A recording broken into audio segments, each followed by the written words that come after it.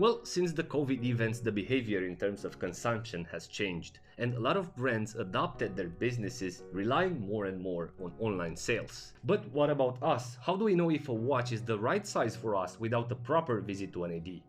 Well, this is what we're going to solve today, and this is why I brought these watches with me. So at the end of this video, you'll be more confident to easily identify if a wristwatch is the right size for you or not. Intro. We don't have an intro today, but let's talk about personal perception. In the watch world, where the sizing trend is changing every decade, the classical diameter myth dictates if a watch is too small or big for our wrists. So I discovered on my own skin that the size of a watch is not necessarily relevant if we consider only the diameter of it. And in my opinion, this specific measurement should be considered only for a generic preference range, but not more than that. And because the watch industry dictates what the vast majority of people prefers based on either trendsetters or by brands like Rolex, for so long the 40mm diameter was the safe standard of many people. We know that the holy trinity of Rolex was set to 40mm, the Submariner, the Daytona and the GMT Master, concluding that a trend dictates a range of sizes, not to mention the replica or the homages based on these watches. And this is just my theory. But ultimately, choosing the right size of a watch is purely personal, based on our experience, brand affinity or the wrist size. Of course, the specs do not necessarily dictate the ideal size of a wristwatch, but our perception as well.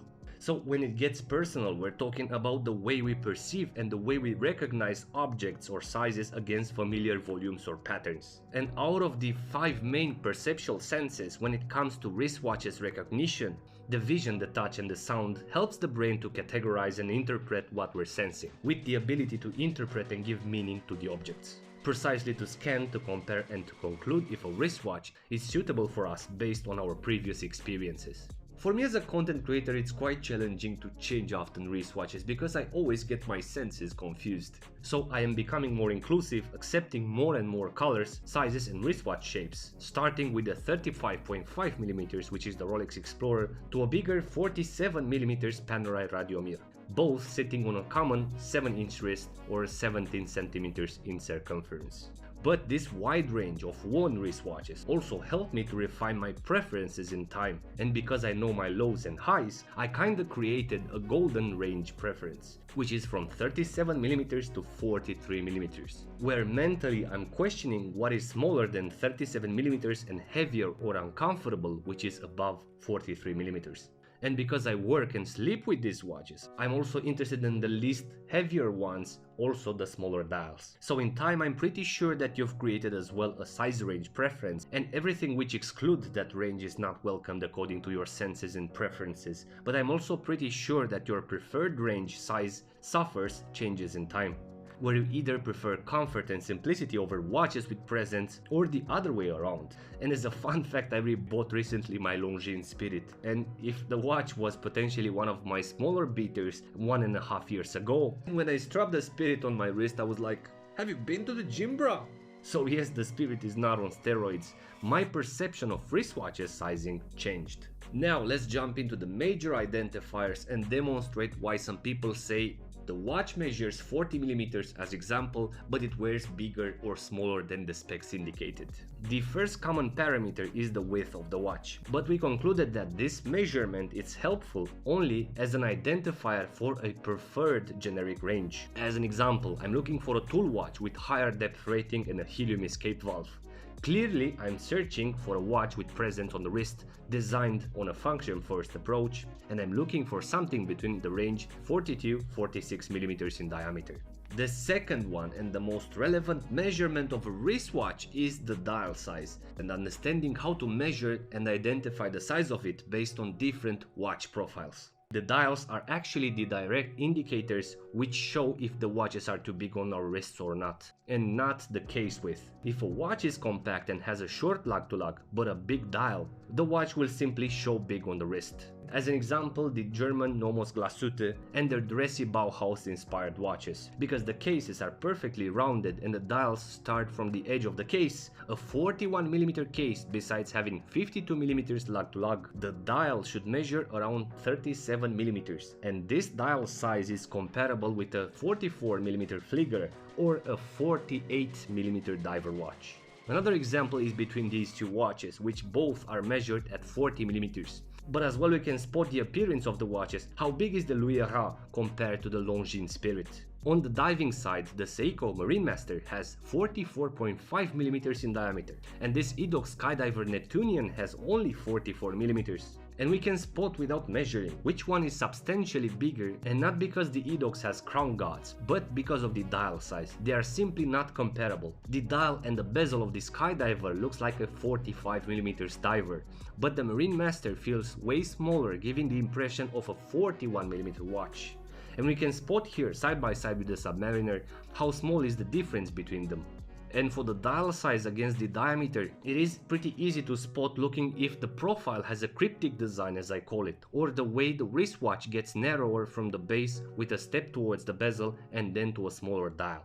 And as dial measurement preferences, this Louis Erard will be the maximum dial size for me, measuring 37mm, so I don't think I'd wear a watch with a bigger dial than that.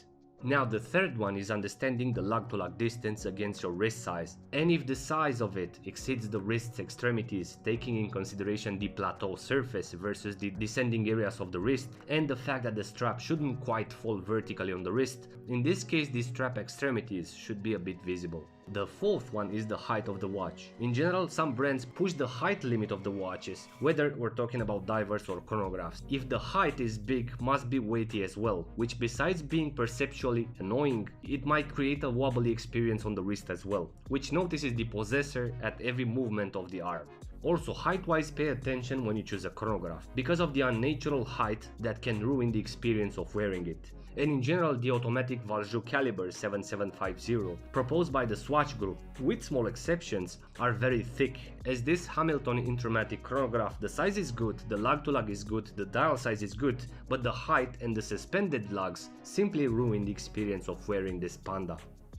As a range, if a chronograph has more than 40mm in height, that's a no-go personally for me, unless it has a boxed crystal and takes over from the thickness of a case. The fifth parameter is equally important if the size is good looking at the previous points. An unbalanced weight can sometimes stress the wrist, sending constantly notifications to your brain. Hey, I'm here, look at me. I'm sliding on your wrist until you remove me.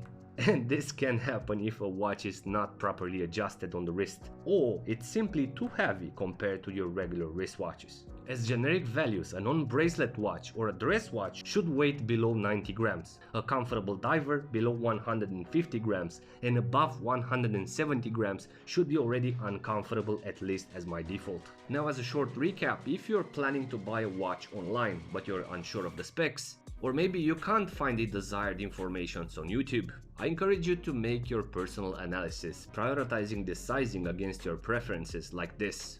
Point number 1. The first thing you want to validate is the generic diameter, and if it's in your range or not.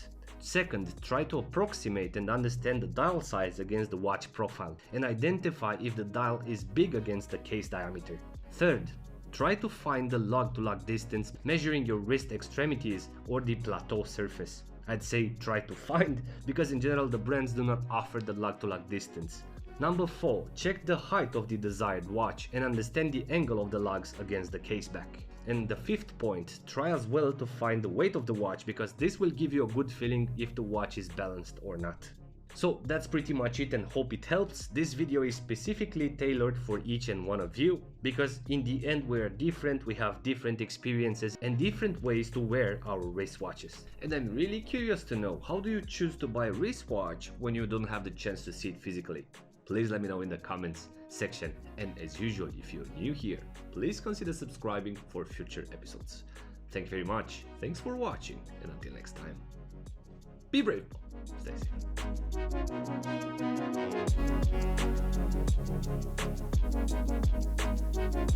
safe.